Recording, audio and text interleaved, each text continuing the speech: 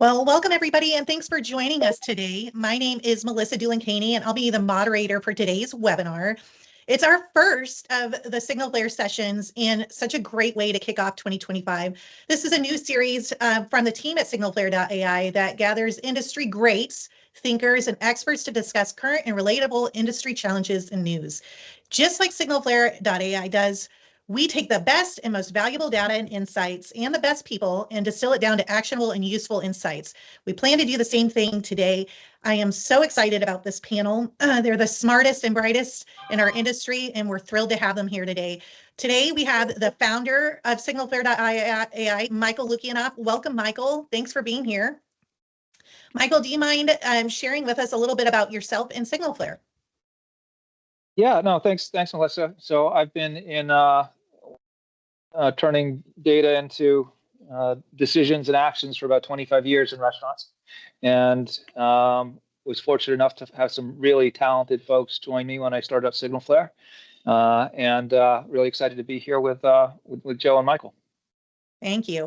All right, we are going to be introducing our guests today, and I'm thrilled to have my two most favorite bald industry leaders in the industry with us.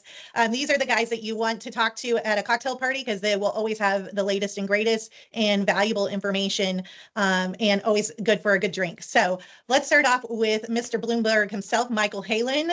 Do you mind introducing yourself? Yeah, thanks, Melissa. Mike Halen, I'm the senior restaurant analyst at Bloomberg Intelligence. We cover 17 publicly traded restaurant chains as well as US Foods, Cisco. We write research on those companies as well as the industry. We market all that research through podcasts, webinars, TV, radio, and our own podcast, Chopping It Up. I love your podcast. It's a great one if you're not following it. All right, Joe Kefauver with Align Public Strategies. Do you mind introducing yourself? Yes, hi, Joe Kefauver, founding partner of Align Public Strategies. We're a firm that has specialized for the last 15 or 20 years in the entry-level employment space, do a tremendous amount of work in the restaurant, retail, grocery, convenience store sector. I work directly for probably 30 to 40 different restaurant brands, as well as the National Restaurant Association, the 50 state restaurant associations as well. So worked with Melissa and team for a long time. We're Michael, happy to be part of this. Thank you so much. So we have a lot to cover in a very short amount of time, and I want to make sure that with this webinar, you all are able to ask questions along the way. So if you'd like to engage with us, use the comment features of Team if you want to say hi, and then at the end of the discussion, we'll take some time to address the questions directly here. I know that there's going to be a lot of great questions. We had a chat just a week ago, which seems like a lifetime ago, and thought about all the things that we could talk about, and I feel like there's even more new content just from last week. So let's break into it. New year, new administration, lots to talk about on the impact that it's going to have on the restaurant industry. I wanted to start off really when we think about what keeps a lot of operators up at night, and that is around our labor. We are now sitting at an unemployment rate of 4.1%, a really low employment rate. We also are worried about immigration policies and how it will impact our workforce. Joe, I want to start off with you. What are you hearing and seeing, and what are the things that you think the people here that are listening today should be looking out for in 2025? Sure.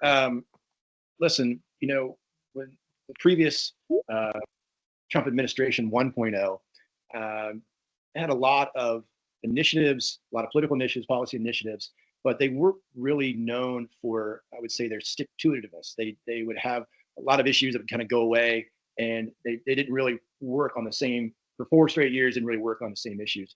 This time around, it's very different. He's surrounded himself with professional staff, with people that have been planning for this second administration for a long time, well documented, and they hit the ground very, very quickly and very organized. And of all the things you've seen, we're now 10 days into Trump 2.0. I'm already exhausted, but 10 days in, and we've seen, hundreds of executive orders, personnel, 2 million government workers offer to buy out, to resign. I mean, it's been a crazy couple of days. Obviously, the top of that order there is what we're seeing with immigration. And first time around, the president was talking about walls and border walls, and there were a lot of photo ops on the border. What he's doing now is very, very different and should not be a surprise to anybody. They've been talking about it for the better part of a year. He campaigned on this issue, It was his number one campaign issue, and he was elected. So what's happening out in the marketplace, the labor marketplace, the streets, should not be a surprise to anyone. I think right now, we're in the 10th day of the Trump administration, the 9th day of actual raids. In the first 8 days, we don't have today's numbers posted yet, but the first 8 days, at almost 6,000 arrests across the country. Almost 80% of those folks have been detained. And that's just kind of week one, if you will. One thing to note, while they have been targeted on quote unquote criminals and the bad guys, about half of the arrests and detainees so far don't fit that description. So it's already a little wider than the rhetoric we've been led to believe, which should be somewhat sobering and alarming for small business owners, whether restaurants or retailers or whatnot. I would say that the cautionary tale is this one is not going to go away for a number of reasons. The attention and the effort against it is not going to go away for a while. And there are a couple reasons why. We knew going in that among his targets would be what he considered political detractors, political enemies, if you will. So we knew that there'd be a lot of raids in California. We knew there'd be a lot of raids in Chicago and New York and these other areas. What we didn't necessarily see coming is how many red state governors would want to prove their bona fides to the administration by jumping on the bandwagon as well. There was a general consensus, I don't want to say consensus, but a feeling among a lot in the industry that if you were in Arizona or Texas or Florida or Georgia or wherever it was, you were probably pretty safe from ICE attention. And it appears that is just not the case, that those same states are working aggressively. What's going on in Florida the last few days is well publicized, working aggressively to be a partner with the president and the administration on this particular issue. So we never really saw the kind of red state governors jumping on this bandwagon with quite the energy that they had. As you mentioned, Melissa, it's come along at a difficult time. We're finally at kind of pre-pandemic labor market numbers. That 4%, 4.1% is kind of right where we were when the pandemic started, and we found ourselves back there again. So it's a volatile. The street's volatile out there, I should say. And I think for operators, the key is this is not a couple of news cycle story. I think this is going to be an extended process with the immigration issue and ICE and these raids and so forth. And many foresee this going right up through to the midterm elections in 2 years, the congressional elections in 2026. I think for the business community, for operators, the social conservatives are cheering. The economic conservatives are kind of holding their powder a little bit, but I think at some point you'll start to see leaders in the ag industry saying, okay, enough's enough. Leaders in retail and restaurant industry saying, okay, enough's enough. Leaders in the hotel, whatever it may be, that's probably not going to happen for a while. And, as long as the social conservatives on this issue are in full voice and the economic conservatives are kind of in tepid voice, we're going to kind of see this play out. What we've been seeing in the news this last week is I think what's going to be the new norm, at least for the next, I would say, 6 to 12 months. Yeah, that's so. Let's look at that when we're thinking about that and how that impacts the restaurants, right? So labor shortages, potential loss of employees, and then also I know Mike, you and I talked, Mike Lukianoff, we talked a lot about the impact on potential how that impacts our food, right, and our food supply. Mike, do you want to talk a little bit about what you're seeing, what you're thinking about from that standpoint?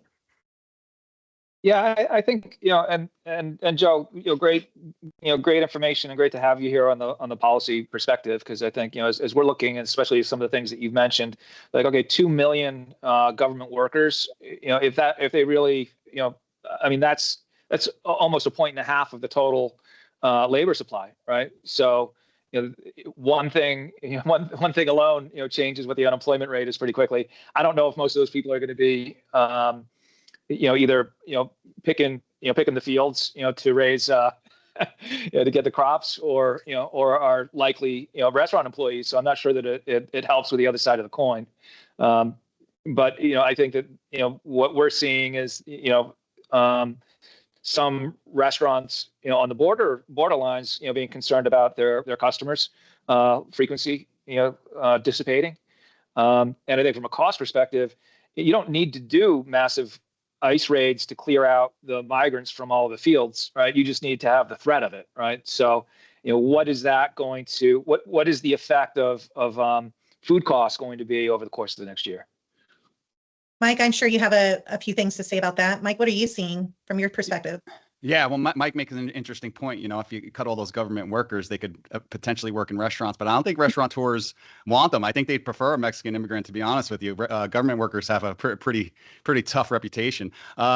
You know, what we're seeing is a pretty significant decline in turnover over the last couple of years. That's been great news for the restaurant industry. You know, I'd assume part of it is most likely part of a more open border policy by the previous administration. I'd also surmise that part of that is because low-income consumers were strapped last year, and many of them probably went back to restaurant jobs that they didn't necessarily want, or, you know, as we know in this industry, maybe had multiple jobs in the restaurant industry, right, to get the hours that they needed to survive. So yeah, obviously there's a lot of concern about that changing over the next year and few years, and you know, we'll see. You know, it's kind of disheartening to hear Joe's point that half of the people round up that were arrested or rounded up or whatever it was are not criminals. You know, but I don't have enough information really to tell you where that's going right now. Yeah. Absolutely. Well, it's interesting too, and you know, we talked about too is that you know, one that you don't might need insight on is that those in DC with restaurants might be a little concerned about the 2 million furloughs and what that could do to the DC market and the impact on it. So let's talk about too going into. You talked a little bit about low income, and we did see minimum wage increase January 1st in 23 states. Have you seen any adjustments in labor strategies to maintain the profitability with all of these increases? Have you heard a lot of news about the impact that is having on restaurants and what they should be thinking about? Yeah, this is, you know, obviously been going on. We've seen this mid-single digit labor and wage rate inflation now for some time. Most of the chains we cover are looking for about 4% wage rate inflation again in 2025. So, you know, the chains are looking for ways to reduce labor hours in the box, in the store, in the restaurant. And so that's what we've seen now for quite some time. You know, it's going to be done over time through more vertical integration.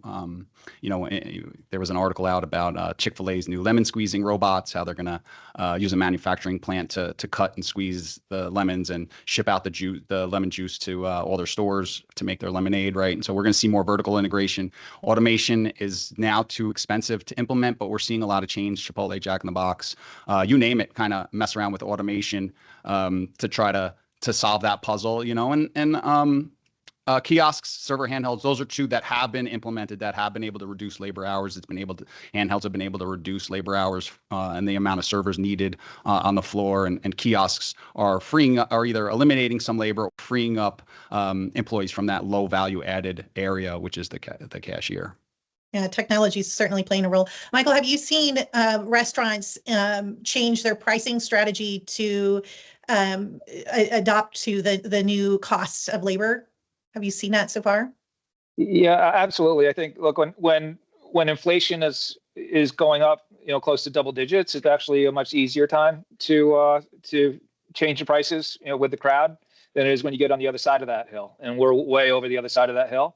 So it's much more threading a needle. I think, you know, you mentioned something interesting, Melissa, which is, you know, okay, well, if you're in DC, you know, and 2 million, you know, employees from, you know, government employees are going to get laid off. Or take a package or whatever, you know, that could have an impact on DC restaurants. And that goes, I think, when we think about every major economic event, it's so regionalized, right? So, you know, there are very few things right now that affect all restaurants and the entire industry uniformly. You know, we've got some big winners, right? So, you know, Chili's numbers out today, you know, wow. Yeah. And then you got some big losers, right? We've had record bankruptcies. So, you know, a lot of it depends on where you are. And, you know, if you're addressing your prices, you need to make sure that you understand, you know, what location, you know, how much and when, right? And how you're going to deliver it, because it's not a one size fits all anymore. And the customer is not forgiving. Mm. Yeah, and I see that a lot. And I think, you know, a lot of the work that you guys are doing is really around pricing that is very regionalized, right? Is that there's areas that you're seeing this really do well and other areas that are really struggling, which is definitely something that I know we're paying attention to quite a bit. Well, Joe, regional and local, Melissa.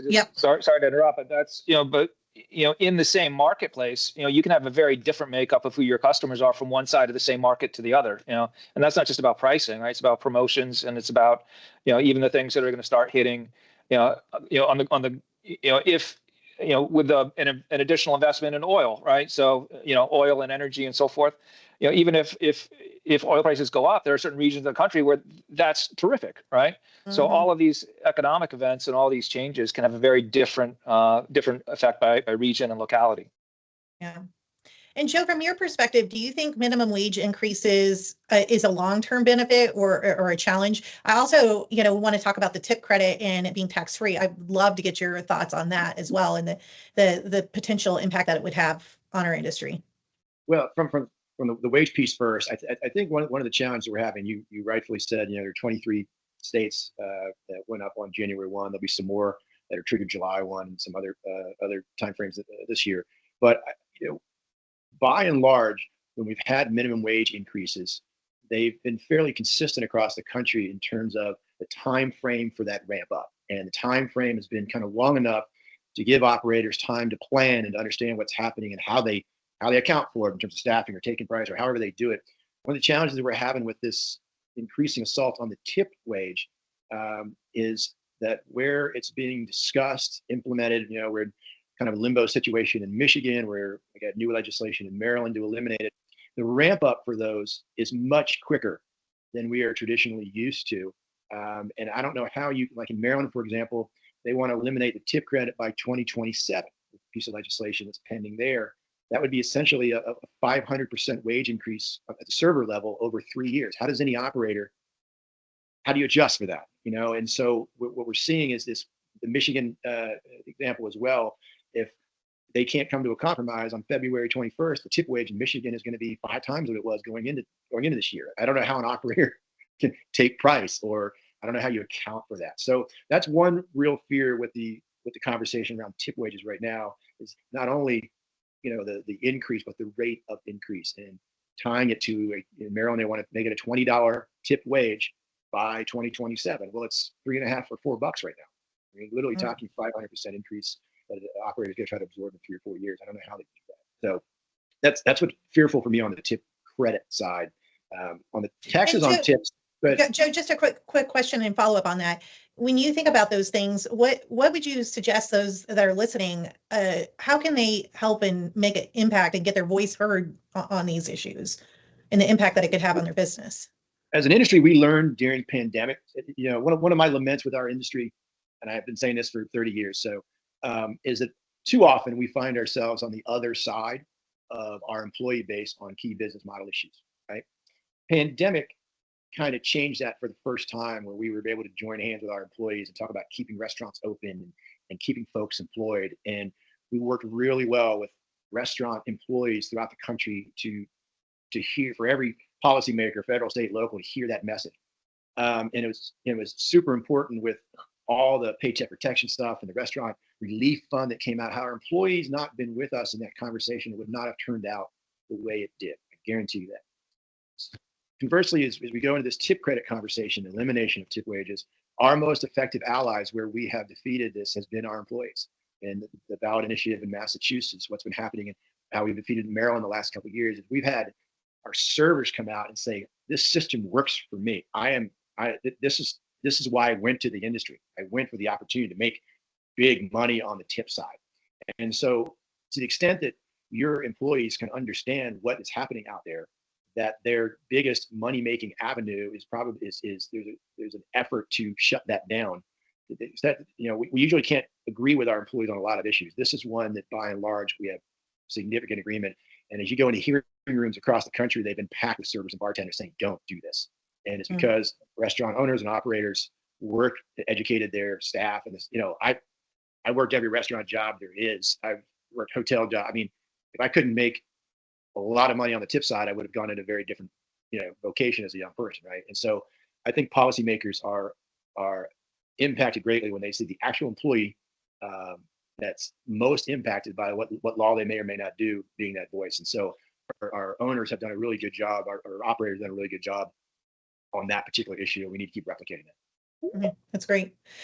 Good feedback. Let's transition into a conversation that we had last week that I thought was really fascinating, and talk about the impact of the K-shaped economy. Mike, I know you coined that, so kind of talk to me a little bit about the K-shaped economy and how you're seeing it and the impact that it's having. Well, I didn't coin it, but I've been What- using it ad nauseum for the last year and a half because it's what we've seen, maybe even longer than that. But yeah. And so, I guess I'll start out by saying, we're more bullish on restaurant sales in 2025, right? And I think that's refreshing for a lot of people that are familiar with our research because, some people tell me about how depressing our notes have been in the past. But, we think things are looking up this year. Part of it is the upper slant of the K. So the higher income consumers, upper middle income consumers, even some middle income consumers that have assets are feeling a little better right now. Post-election, there was some animal spirits. We saw restaurant spending tick up, particularly at full service restaurants in November and December, and things are looking better in January as well. Asset prices are near all-time highs, right? So because Bitcoin and the S&P 500, the NASDAQ, home prices are all near all-time highs. And so people are feeling a little bit more willing to spend, right? And that's the good news. The bottom slant of the K is the low-income consumers. They're disproportionately impacted by all of the inflation that we've seen, right? Because they live on these pretty tight, strict budgets. And those are the customers we saw kind of pushing back in 2024. And they're really the only reason why we're not more bullish on restaurant spending next year or this year, because we still think they're going to be kind of strapped. But, that being said, some of the economic data that we've seen are starting to look a little bit better for low income consumers. Credit card balances are still rising, but at a much slower rate. Credit card delinquencies actually fell in the third quarter. Auto loan delinquencies are kind of just about flat. So there are some things that are looking a little bit better.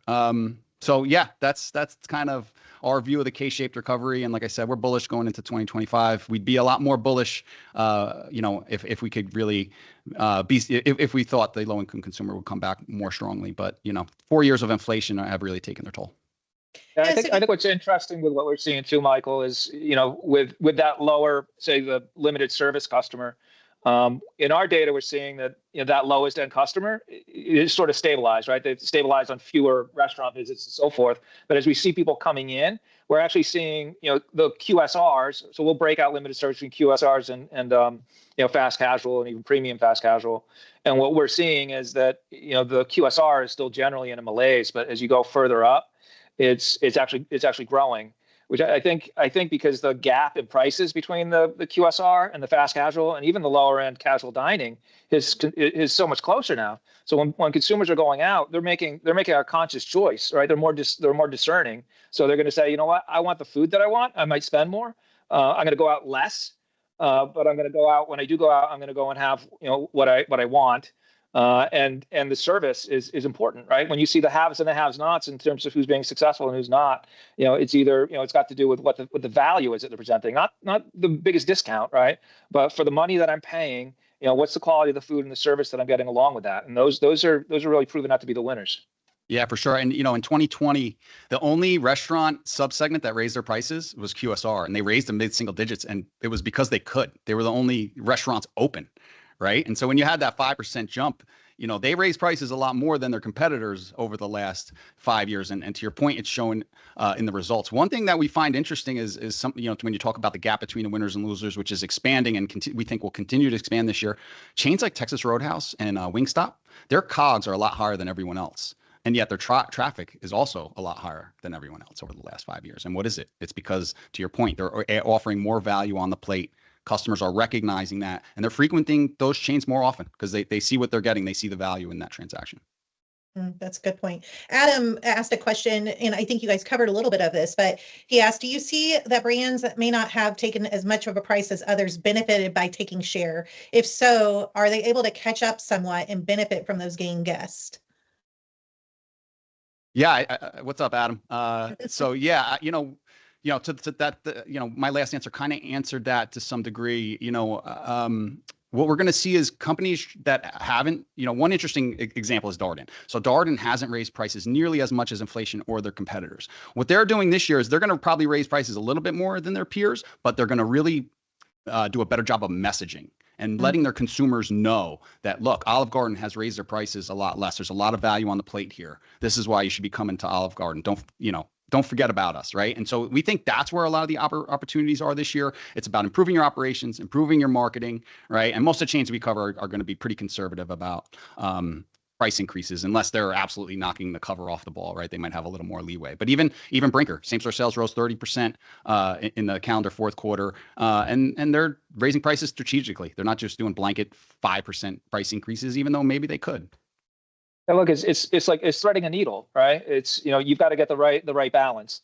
If you just stand still, right, the brands that just stand still say, we're not going to take any price this year, right, or we're going to push that to next year, then next year they end up having to take a bigger price just to cover their costs, and then they get consumer backlash, right? So I think it's the companies that have price as part of their ongoing strategy that also incorporates the voice of the consumer in that pricing decision. Those are the ones who I think are able to take more effective price changes. So let's get into inflation, taxes, tariffs, and how that can potentially play. I know that's very loaded. Let's get into. There's a lot there, but I'd love your guys' perspective on this. Where is the inflation coming from? How are we seeing that play out here in the next few quarters? And then with potential new tariffs, how could that impact the pricing? I'll lob it out there. Who wants to take it? I'll just get started. Where is inflation from? I think it's a two-part issue. Number one, it's the Federal Reserve printing money so the government can spend it. I think that's probably a primary driver. I'd say another driver is I think we're in a commodity bull market. These cycles historically have lasted 16 to 17 years. The last bull market was about 10 years. Hopefully, we think that's due to improvements in technology, and hopefully current and future commodity markets will be shortened due to technological advances. But this cycle started in 2021. So yeah, we may have 5, 6 more years, 7 more years of inflation, right? And so I think this is our biggest concern for restaurants this year. CPI is up 3 months in a row. Oil prices are up 18%. In just a few months now. Commodity prices are up generally up 13% or so since August. And so, oil is a big concern. As oil prices continue to rise, that's going to continue to pressure the entire commodity market because you need to pay to ship this stuff around the country and around the globe. As we look at long-term trends too, we were over 60 years of expanding international trade, right? Globalization. And that was deflationary, right? So now there are a lot of, there are downsides to that, right? Domestic industries, became decimated and so forth, but it was all after getting, less expensive things, right? So, so a 2% inflation target over time, that was sustainable. It's been now we're at like year 8 into the reverse of that. So globalization is declining now. And there's a big question as to whether, when you get into that type of a period, is 2% rational? Can it happen without adverse effects on the economy? 3% might be a more rational, sustainable number, but I don't see 2% coming without negative impact on the economy.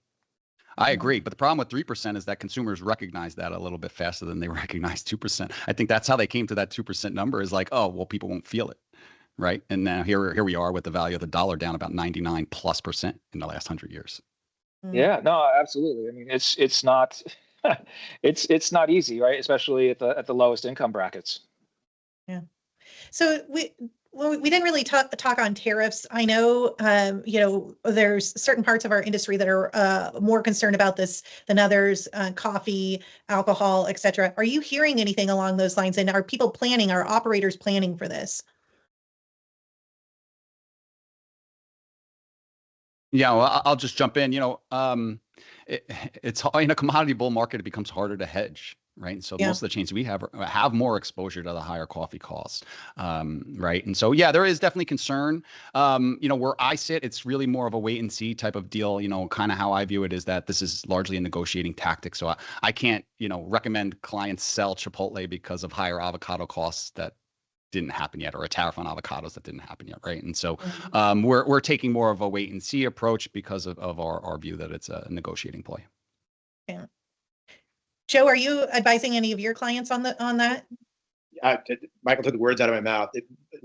Just for the exact same reasons. Wait and see. They were used the first time around the Trump administration as as bargaining chips for other unrelated outcomes, whether it be foreign policy, whatever that may be.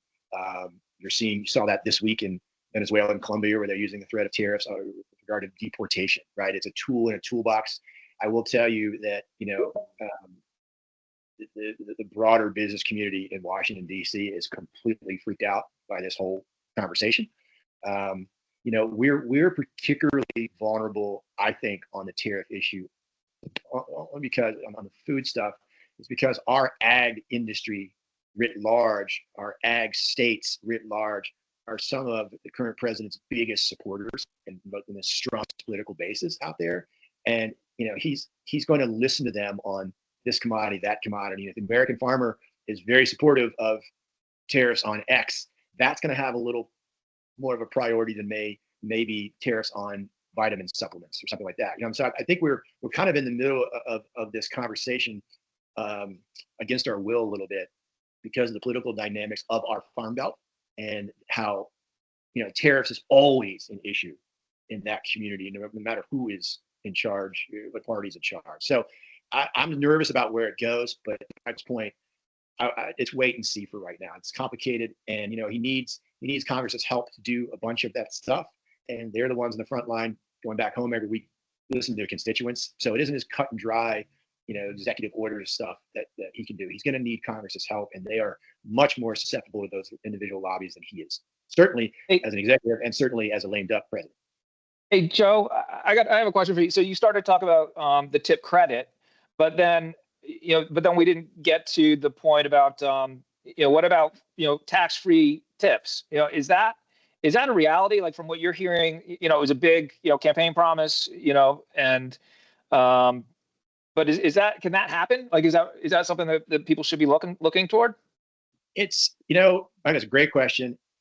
Short answer is yes, it could happen, but it's not going to happen quickly because it's a super complicated conversation. We have to, as an industry, protect that 45B tax credit.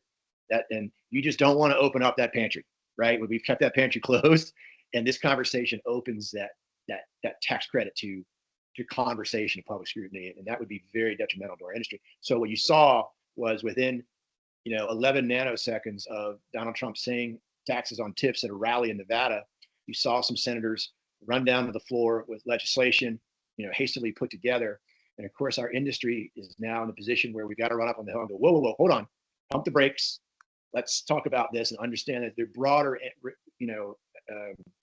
ramifications going down this policy road. So you've seen a couple of copycats in the state legislative. It's good politics.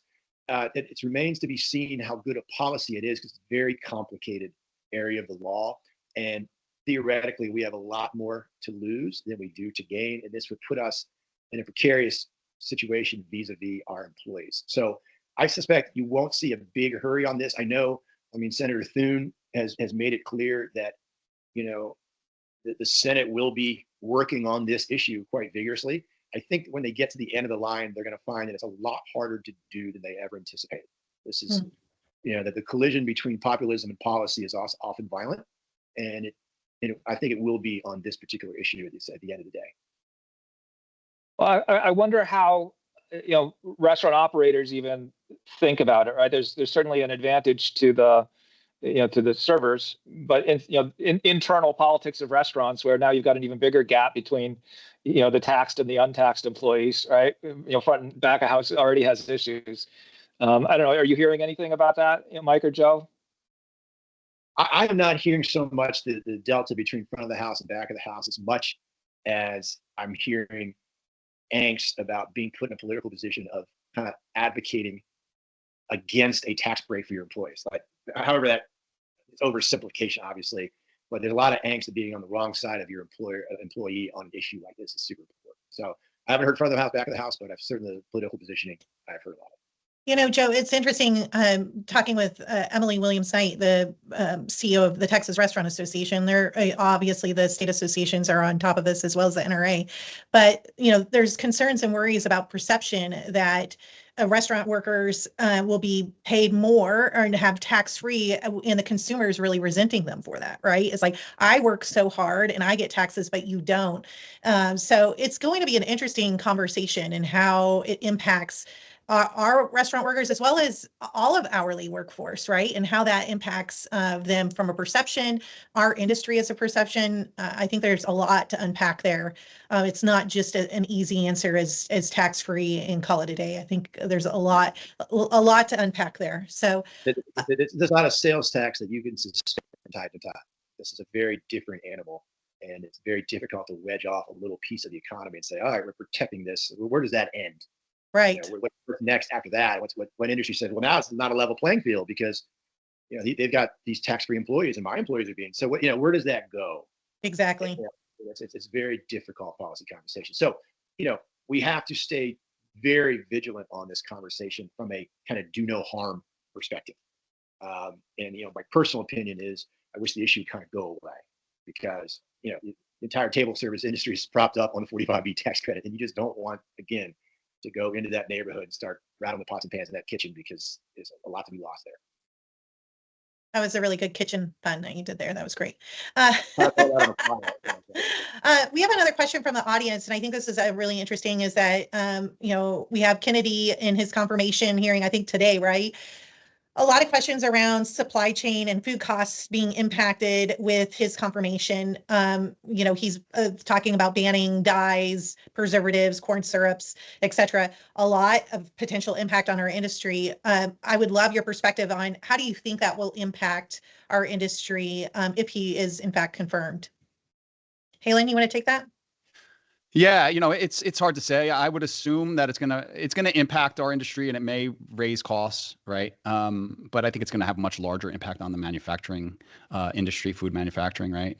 Food service providers and the like. But from a lot of the stuff we're reading, a lot of these large packaged food companies have multiple different formulations for the different countries that they operate in, right? And so if they're already eliminating dyes for Europe and Canada, Kellanova and some of these other large companies, could probably do the same pretty easily in the United States. But that's a little bit above my pay grade. No, I would concur. You're spot on, and it's a lot of different issues. We can talk about credit cards or whatever it is.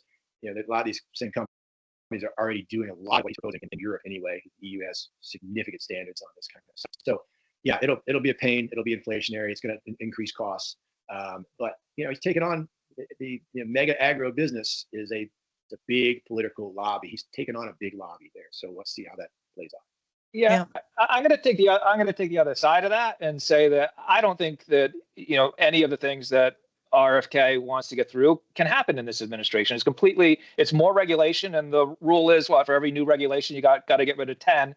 In the Trump administration, I think he's in there to create dysfunction in a department that the administration doesn't like, and they're going to get nothing. That's I don't see that all of these regulations are going to come down in the next 4 years in a Trump administration. I just don't. It's not aligned with the rest of the objectives. I don't think. Maybe tell me I'm wrong. No, that's a possibility. But there's also the possibility that he makes enough noise that a lot of these packaged food companies say, you know what, damn it, we better start reformulating some of this stuff because our consumers are pushing back, which they already are. People already have been for quite some time. So it should be interesting.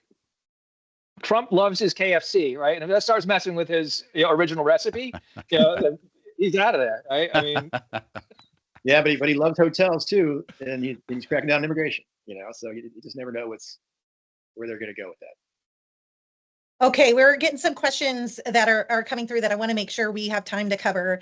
One of the questions that came through is, how do you, and looking up, I think you're a great one, and then hey, all of you guys could probably answer this, is how do you teach executives the art of decision intelligence? So we hear a whole lot around companies really struggling making big decisions. There's potentially analysis paralysis. We were making decisions very quickly right after COVID, and now there's kind of this wait and see. Some companies are doing it really well, some are not. How do you work with executives on clearing through and really being able to work on the art of decision intelligence?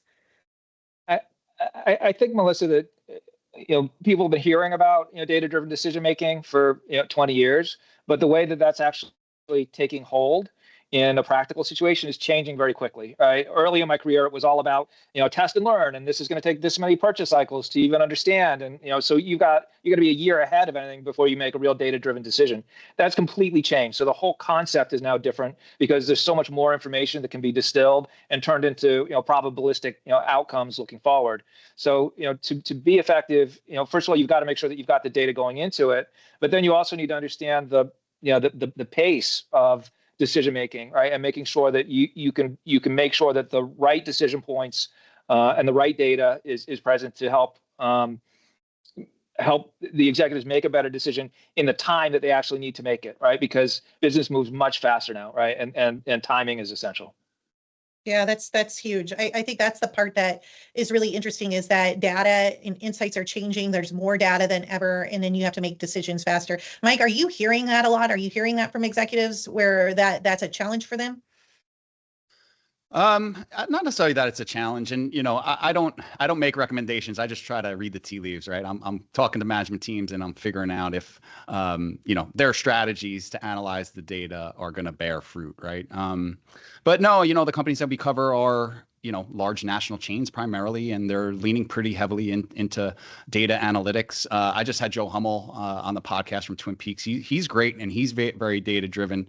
Always has been. Had a great partnership with Black Box Intelligence, right, and still does. And he had some interesting things to say. He talked about how data driven they are, and how it's important not to also like get caught up and be paralyzed in your decision making, and how important it still remains to be out in the field, for the team to be out in the field in the restaurants with a real ear to the ground to what's going on. So no, I think chains are just trying to aggregate all that data, figure out what's meaningful and what's not, and doing their best to use it to help drive their business. Yeah, agreed. So, one big question that somebody asked is, what are you seeing from a success standpoint to increase traffic? Traffic has just, always been the bane of the existence, at least for the last 8 to 10 years, right? We've just seen eroding traffic year over year. Lots of reasons for that. But where do you see those companies that are really successful, and what do you see them doing in 2025 to continue to increase traffic? Yeah, I think you're going to see a lot of companies. We mentioned Brinker and Chili's and how they're absolutely crushing it. It's like been through better operations, right? They paired their menu. They're still pairing their menu a couple years later, highlighting the main equities on their menu and doing a good job of once they get those operations nailed and the turnover down, to start turning on the marketing. And they've done a phenomenal job, whether it's a lot of this like 90s nostalgia with Brian McKnight and Boys to Men, their ability to kind of latch onto different things on TikTok and then actually implement them with like secret menu items, and then eventually putting them on the menu full time. Operations and marketing is kind of where it's at. And we're going to see a few companies follow that same type of deal. Starbucks, Shake Shack, and Cracker Barrel, I think, have similar playbooks to what Chili's has done. I don't know if they're going to see the same results, because I don't think I've ever seen a turnaround put up 30% comp, a couple years in. But yeah, that's the main opportunity. And then I kind of mentioned earlier, chains that have higher COGS, that aren't cutting the portion sizes to help fund the labor costs. They're going to continue to outperform. Wingstop and Texas Roadhouse are two I mentioned, and their COGS are in the low 30s, low to mid 30s, and the competitors are at about 29%. And you see the difference in the traffic. And then when you're driving traffic and same store sales, that's the best way to gain leverage in the box, to the best way to increase your margins. Yeah, Mike, Joe, any thoughts on that? Yeah, I think look, restaurants. And I think that this is a mistake that some of the really large restaurants will make, is that they run it like it's one big monolith, right? But you're, a dozen, 100, 1,000 different, individual points with unique trade areas, and the brands that are understanding that better, to know who's going into which units, what sort of dynamics they display, where they're coming from, what's actually effective in marketing to them. It's much more localized, and it's shocking how much marketing is spent still at in broad sweeps across markets or across across the nation, whereas the most effective marketing is getting really hyper localized, directed right at those customers, with a message that's actually contextually relevant, right? And I think that we're seeing a lot of those types of brands becoming more successful. Oh, that's great. Okay, we only have a couple more minutes, so I'm going to ask a loaded question for you guys. Again? Yeah, I like them. I like them. You're doing so well, so why would I stop? So the last question is what is your top prediction for 2025 for the restaurant industry? Who wants to start? I'll start on that one. Taking off the other question that was just asked, I think a big piece of it is we continue to see the numbers on consumer confidence going the wrong way, and I think that's going to start to weigh heavily on the industry if we can't if that it doesn't turn around. So that's a problem. I think from a public affairs perspective, only restaurant perspective, industry perspective, for me, you know,